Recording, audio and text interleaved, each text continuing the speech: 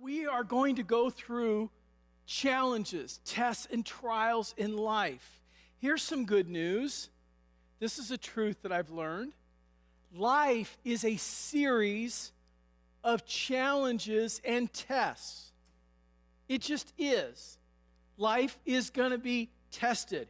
Peter said this. He said, "Dear friends, don't be shocked or surprised when you suffer through painful." I wish he hadn't have said painful and suffer that close to each other. When you suffer through painful tests and trials, as if something strange is happening to you. You are going to be challenged in life. You are going to be tested.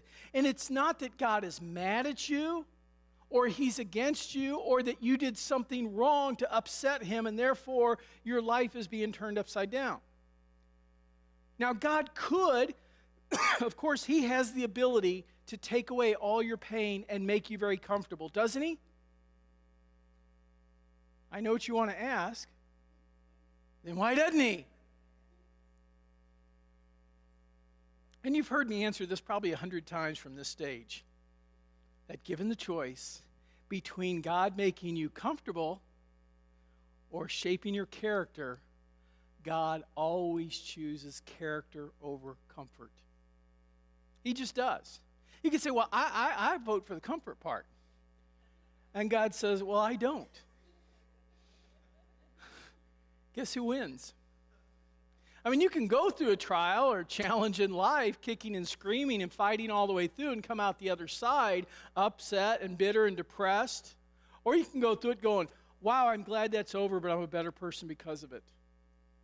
I've watched two people invariably go through the same circumstances in life, and one, as we say, come out bitter and one come out better. Just because of how they walked through that and whether or not they walked it with God. What's being tested when you go through a challenge? What is God really testing? Well, Proverbs 17:3 says, "Fire tests the purity of silver and gold, but the Lord tests the heart." That's what God is wanting to do. He's wanting to reveal to you. He knows what's in your heart. He knows every thought before you think it. He knows what's happening inside of you. But God's goal is for you to know it. And then as you know it, you know what he's working on. Apostle Paul said this in 1 Thessalonians. He said, "We speak God's message because God tested us and trusted us to do it." You see those two, testing and trusting. He says, when we speak, we're not trying to please people, but God who tests our hearts. That right there is probably one of the most difficult and challenging tests we face. Are we going to please God or people? Are we going to conform to what other people want? Or are we going to do what God wants for us?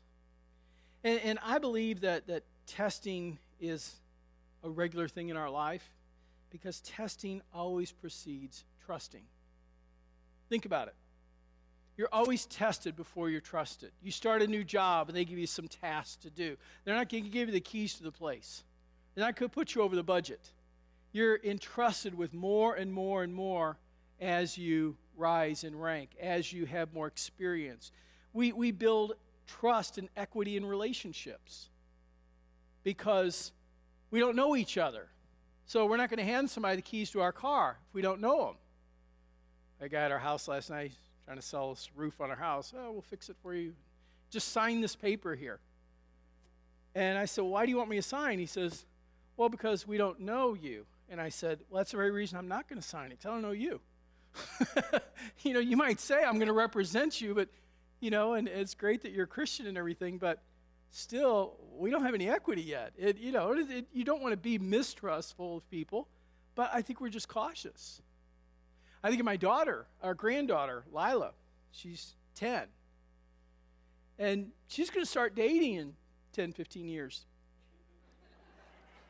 And when she does, I feel sorry for that young guy. It's her dad's an attorney. He's been a prosecuting attorney, and he's a cop. That kid's going to be vetted, He's going to be tested. I can see Clayton go around the house looking for hairs, calling in favors, Why? Because we want to know, is this person worthy of trust? And God's the same with us. A few weeks ago, I talked about temptation. And I made this statement. Temptation is to character what gym weights are to our body. As the resistance of the weight builds muscle, so resistance to temptation builds character. Now, the difference between temptation and testing is temptation is from the enemy. It's to entice us to sin. Testing is from God to reveal the character that God is wanting to build inside of us. And many times, the test is a temptation at the same time. Will we resist it?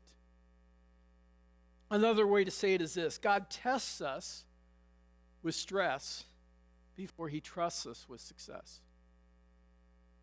And that's just one to put in the back of your head. God tests us with stress. Like I said, he could make life real easy, but he doesn't.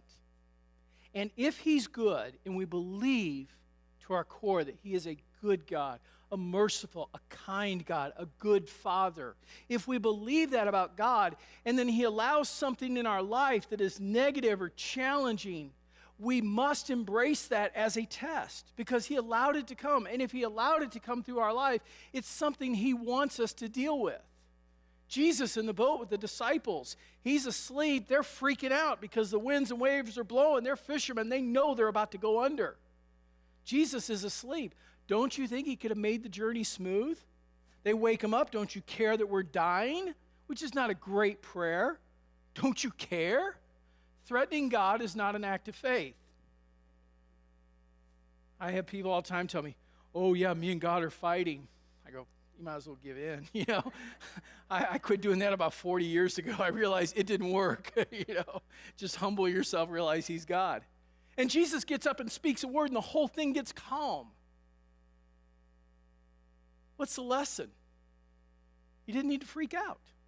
Jesus is in the boat with you. But we struggle with that. Today, what we're going to look at is a story, and for the next 4 weeks, we're going to look at the life of Daniel. Daniel was a young man, and we really get to see his whole life from his teenage years into his later years as an elder. And I don't know if in the Bible there was anybody besides Jesus who was challenged more and tested more than Daniel. And Daniel's story is so inspiring. And it has such great insights for us into how we stand up in the midst of being tested. How we stand for God when it would be easier to give in. And that's what we're going to look at today in Daniel chapter 1. If you have the App U version, just go to events and look for Vineyard Life Church, and all the notes will be on there. And there's a bunch of notes that I won't get to today in the message that are on there as well. And so I'll refer to some of those a little bit later. Now, we're going to start with verse 1. I'm reading from New Living Translation, I think. During the third year of King Jehoiakim's reign in Judah, King Nebuchadnezzar of Babylon came to Jerusalem and besieged it. That means he surrounded it. Nothing gets in, nothing gets out. You don't have to fight somebody, you just starve them out. The Lord gave him victory over King Jehoiakim of Judah and permitted him to take some of the sacred objects from the temple of God. So Nebuchadnezzar took them back to the land of Babylonia and placed them in the treasure house of his God. Now, it's really important to understand this from the very beginning if we're going to make a stand for God when we're tested. The first verse here gives us some facts. King Nebuchadnezzar, who was a historical figure, in 609 BC, surrounded and besieged Jerusalem. And the king eventually yielded. And so Nebuchadnezzar, the Babylonians, conquered Israel, and he takes the people captive back to Babylonia. Now, for a lot of people, that's all they need right there. That's the facts. And that's a bad story, especially if you're living in Jerusalem and you're an Israelite. You've just lost. You are now made a slave. And you're going to be taken 1,000 miles from your homeland.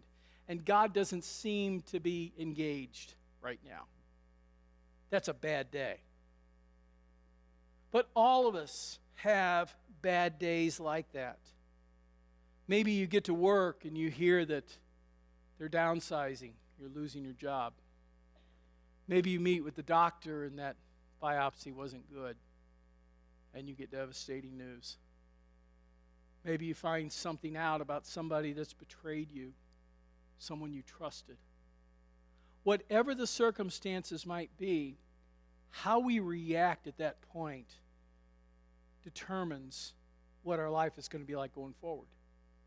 Now, the typical human approach, especially in our day and age, is I need more facts. I need more information. What happened? Give me the details. How can I research it? What's the diagnosis? Run home and Google it. Let's go find out. Why is the company going under?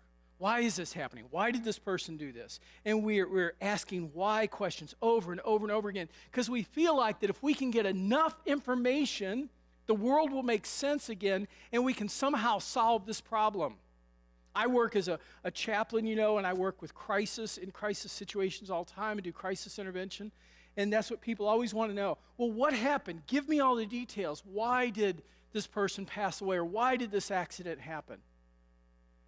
And even if we had every detail, which many times you won't for 6-8 weeks for a toxicology report at best, and families don't have information, and they don't know why, and sometimes accidents are called accidents because that doesn't happen on purpose. But getting information doesn't seem to help. It just occupies our brain. And if we live like this, we're going to live miserable existences. Because it's not enough to just have the facts. Look at verse 2. This is what you really need to know in this situation. God gave King Nebuchadnezzar victory over his own people. Now, if you're a Jew, that's again not good news. God sold us out. Why didn't he protect us? Well, the reason he didn't, because the people were in rebellion against God. And God had no choice but to allow this to happen. Here's the key.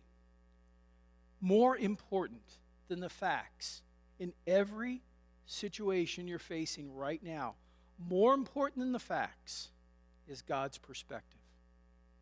You have to have that. And if we would just take a small portion of the time that we're worrying and concerned about what's going to happen and trying to figure it out and Googling everything, if we just took a portion of that time and said, God, I don't get this, I don't understand, but I'm going to trust you. If we would just take a moment to do that and still ourselves, like we practiced earlier in the service, I believe that God begins to reveal his plans. And we go into it knowing that God is good. So if God is good and situation is happening, I have to trust God to work through this and to work in me, because there's something God's wanting to do in me through these circumstances, or they never would have come into my life. That way, when I face challenges, I don't look at them like I'm such a victim. Oh, poor me, I'm going through this. The world's against me. God's not helping me. And you get in that pitiful state, and you might get some sympathy from people, but that doesn't help you.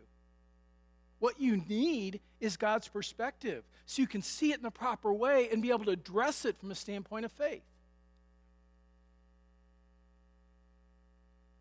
In every challenge, God has something in it that will help us grow.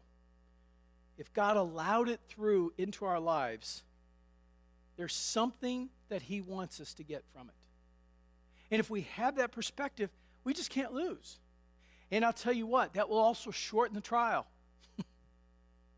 Because I've seen people that it would take 5-10 years for them to look back and go, oh yeah, I thought that was so bad, but actually I learned this from it.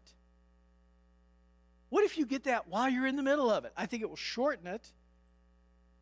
And I think it will also help you to have a story out of it that can help other people, rather than waiting around for a long time to figure out what God did. So verse 3, this is where we're kind of introduced to Daniel. The king Nebuchadnezzar of Babylon, ordered his man Ashpenaz, his chief of staff, to bring to the palace some of the young men of Judah's royal family and other noble families, and when he brought who had been brought to Babylon as captives. Select only strong, healthy, good-looking young men, he said. Make sure they are well-versed in every branch of learning, gifted knowledge, and good judgment, and are suited to serve in the royal palace. Now think about this. Daniel had his life planned out. He was of noble birth, royalty. He was the sharpest, the best and the brightest, the best looking. He probably had his plans for college. He probably had his plans on who he wanted to marry. He could see himself being a ruler in Jerusalem. He understood how to live there. He lived there among his people. Their lives were centered around God and the temple, the feasts, and the festivals. He knew how to live in Jerusalem. But now he's being dragged in chains 1,000 miles away to a place he's never been to before, to a culture that's radically different. You think you might be tempted to question God in that situation? But he didn't. And then think about when he gets to Babylon. Wow. Most incredible city on earth at this point. Technological advances the Israelites had never seen. The use of metal and everything, in their building structures, their systems, their aquifers, everything they had was so far ahead of what Israel had. There used to be a statement back in World War I that once the boys go overseas and see Paris, you'll never get them back on the farm. And that's true. After World War I and World War II, people migrated to the cities because they want to live on the farm, the cities where it's exciting. It would have been very easy for Daniel to say, forget that. Forget Israel. I'm here. I might as well jump in. But Daniel doesn't do that. Then he becomes subject to isolation and indoctrination. He's going to be brainwashed because the goal is to turn these Israelite young men into good Babylonians so they can go back and rule in their country, but they'll be loyal to Babylon and have their worldview. Same thing the enemy's trying to do today with the generation. So they tell them, train these young men in the language and literature of Babylon. The king assigned them a daily ration of food and wine from his own kitchens. They were to be trained for 3 years, and then they would enter the royal service. And again, I can't get past this. How Daniel doesn't just go, well, wait a minute now. They're not treating us that bad. I mean, come on. We're getting 3 great meals a day, all the food and wine that the king eats. This ain't so bad. We're living in luxury. Who wants to go back to Jerusalem? Maybe we'll just give up the belief in that God. Maybe we should just compromise a little bit.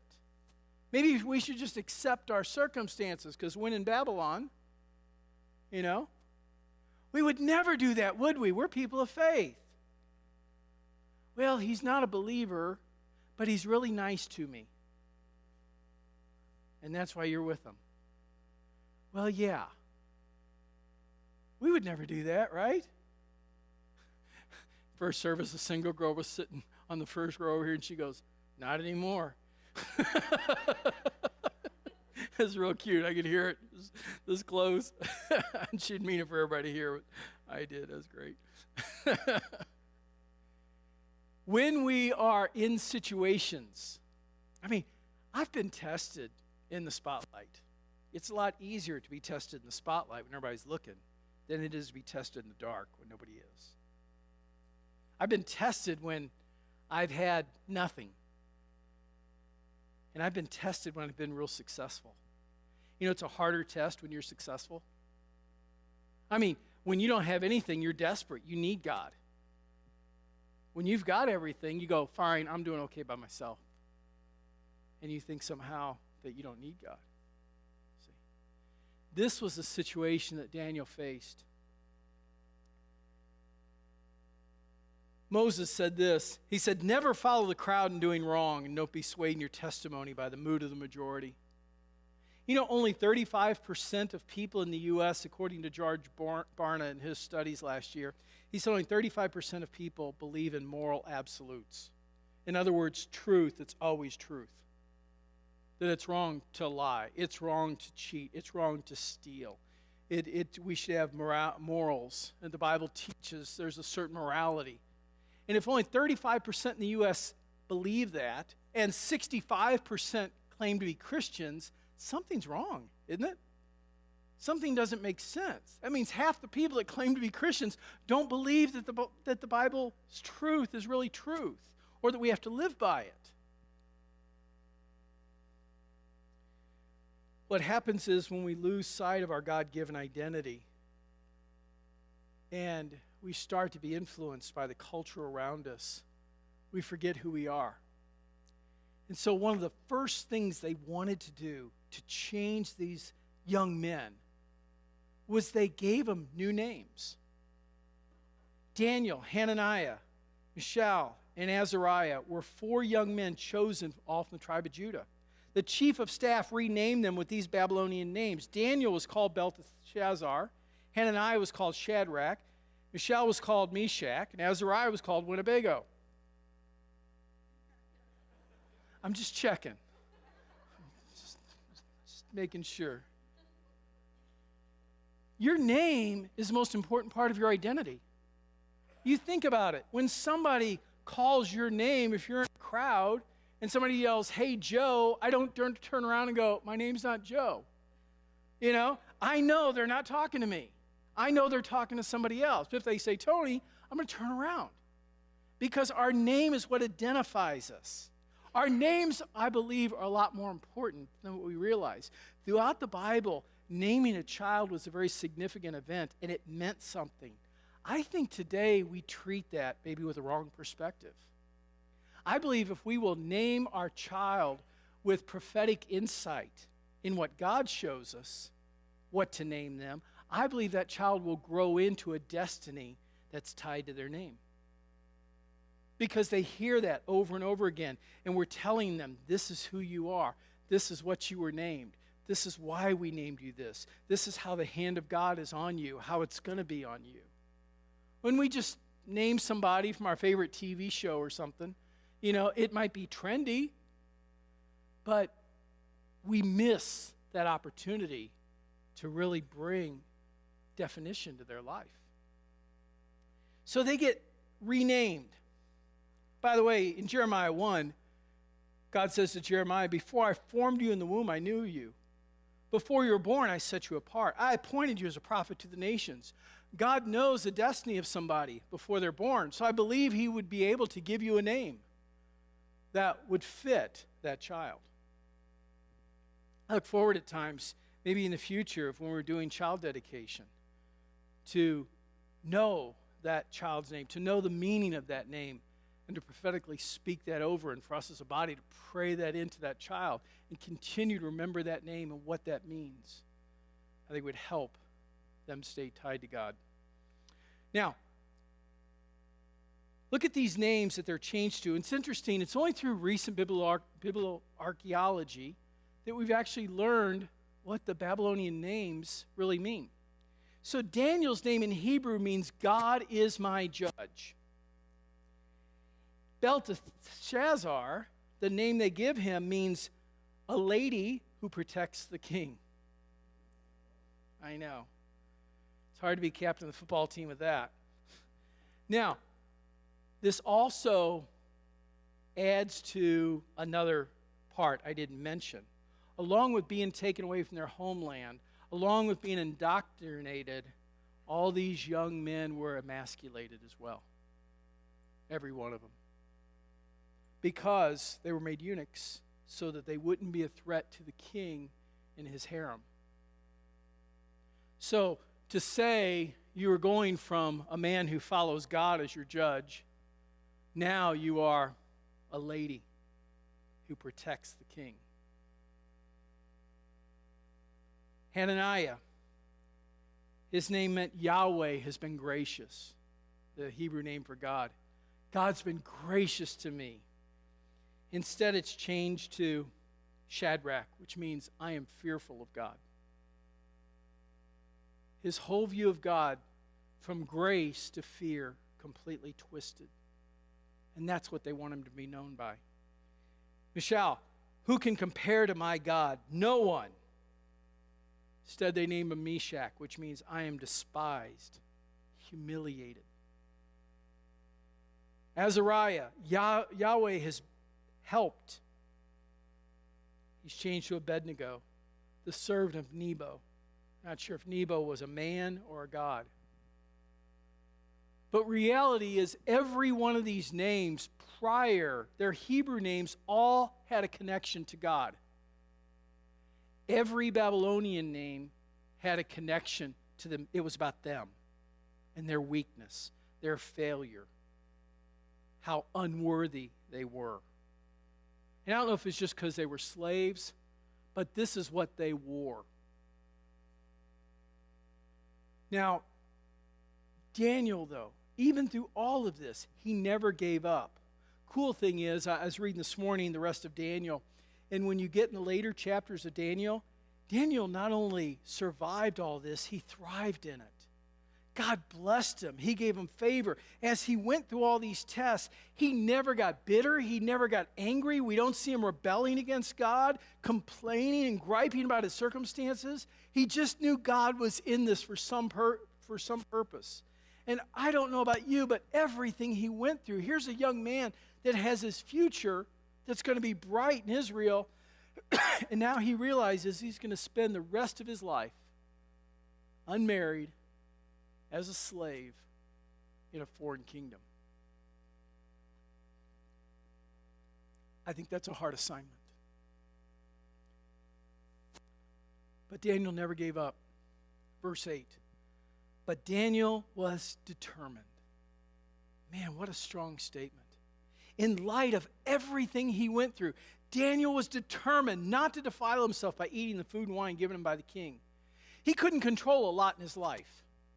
He couldn't control what they called him. He couldn't go back to Jerusalem. He couldn't worship his God. But the one thing he could do, he thought, was, I'm going to make a stand right here. And he chose the dietary laws. He thought, if I can honor God at least with what I put into my body, when I eat that food, I can thank him and know that I'm honoring him. So he asked the chief of staff for permission not to eat these unacceptable foods. And God had given the chief of staff both respect and affection for Daniel. Now, in your notes, in YouVersion, I've got 6 points on how to make an appeal to somebody in authority. Because between verses 9 and 13, Daniel does an amazing job, and he sets an example for us of how to ask for a raise, how to ask for a better job, how to talk to someone who's bothering you. You know, how do we appeal to somebody in authority? Get those notes there in YouVersion. Here's what happens. Let me wrap it up this way. Daniel convinces this man that was over them. He said, look, I don't want you to get in trouble, but test us for 10 days. And after 10 days of just eating vegetables and water, see if we're not healthier than the people that have been eating at the king's table and drinking his wine. And so the guy does. For 10 days, he tests Daniel and his 3 friends. And at the end of 10 days, they look healthier than the other guys. So you see Daniel taking a stand and God meeting him there. And you see throughout the book of Daniel where Daniel takes strategic stands. He's not trying to confront. He's not calling down fire. It's not confrontational because it doesn't have to be. Daniel knew that he was in Babylon on assignment from God. Just like when you think about somebody that maybe somebody goes undercover and they infiltrate a gang or something with the goal of risking their lives and taking that risk in that setting so that they can expose that and see them caught. It's a huge risk. A spy that embeds himself in another country and takes that risk. Why? So he can serve his homeland. That's what Daniel's doing. God has embedded him in Babylon, and he sees that he is there on a mission from God. That place that you hate to go to work every day because it's just so anti-God and it's so difficult. God has you embedded there to change that place. That when you walk in, you bring the presence of God with you, and it changes that. You're in that ungodly setting with a professor maybe who's trying to attack your faith. And he's going, you know what? God has me here for a purpose. He's testing me. He's making me stronger in my beliefs and character. You're in a tough relationship, and if you can't get out of it, then you've got to stay in it. And God probably wants you to stay in there and believe Him for change. God is always testing us, wanting us to trust Him, wanting us to see Him come through on our behalf. Here's the good news. Let me jump to the end here. Verse 17. God gave these 4 young men unusual aptitude for understanding every aspect of literature and wisdom. And God gave Daniel special ability to interpret the meanings of visions and dreams. Verse 18. When the training period ordered by the king was completed, the chief of the staff brought all the young men to King Nebuchadnezzar. Then the king talked to them, and no one impressed him as much as Daniel, Hananiah, Mishael, and Azariah. So they entered the royal service, and whenever the king consulted them in any matter requiring wisdom and balanced judgment, he found them 10 times more capable than any of the magicians and enchanters in his entire kingdom. That only happened because they saw that they were on assignment for God in that city. Now, like I said, I can't imagine that kind of assignment. It'd be like God saying, go to North Korea and just live there as a slave, just so you can pray. That's a tough assignment. During the 1800s, the Moravians were a group of missionaries in Europe. And they would send these missionaries out. And as they would leave, they would kiss their families goodbye, knowing that they would never come home. They would never be back. I was talking to a pastor one day from China. And he said, yeah, it's tough being a pastor in China. And he'd been persecuted and gone through a lot of stuff. He said, but we have a mission. We are preparing millions of people who know how to suffer and will willingly suffer for God. And we're getting ready to release them all over the world, especially into Islamic countries. Because we know for many of them it's going to cost them their lives. But we think that'll change the world. Gosh. Biggest sacrifice I made last week was letting somebody pull in front of me in traffic, I think. Like, go ahead. I did my godly duty. Whether it's the little things or the big things, Daniel became the kind of hero that we celebrate. And sometimes the heroes are just those people that stay in those difficult jobs. And maybe their fulfillment doesn't come from that job. Maybe it comes from coaching Little League on the weekend, or mentoring somebody, mentoring a young man or woman, serving somewhere where they can make a difference in a young person's life. Lori and I, every Friday morning, we do host over at Westlake Elementary, and just help a second and third grader read. You say, is it worth it? Absolutely. The little bit of influence I get to have on those 2 kids' life each period, it's well worth it. They're worth the investment. See, God has us here on this earth for our life to have meaning, for our life to have purpose. And when we tap into what His purpose is for us, it's always fulfilling. It's never boring. It's never an obligation. Jesus said, my burden is light. My yoke is easy. When you're doing something that's hard and difficult and you're resisting it, it might not be God. So I want to encourage you today. I don't know where God's telling you to make a stand, but it starts with trust. The stress in your life, you need to identify. I have this stress because I'm being tested. What is that test? What is God building in me? And then, as I trust Him, more and more truth is established in my life. And now I can be trusted with success. That's what God wants for us. That's what He wants for you. He loves you so much. He wants your life to be fulfilling, to have meaning, to have fulfillment, purpose. And He designed you for a path. And you may say, but I want to go my path, or I want to do this. Those ways won't make you happy. The best thing you can do is just say, God, what is it you have for me? And follow Him in that. That'll get you to a place where you can stand and, like Daniel, you can make a difference in this world.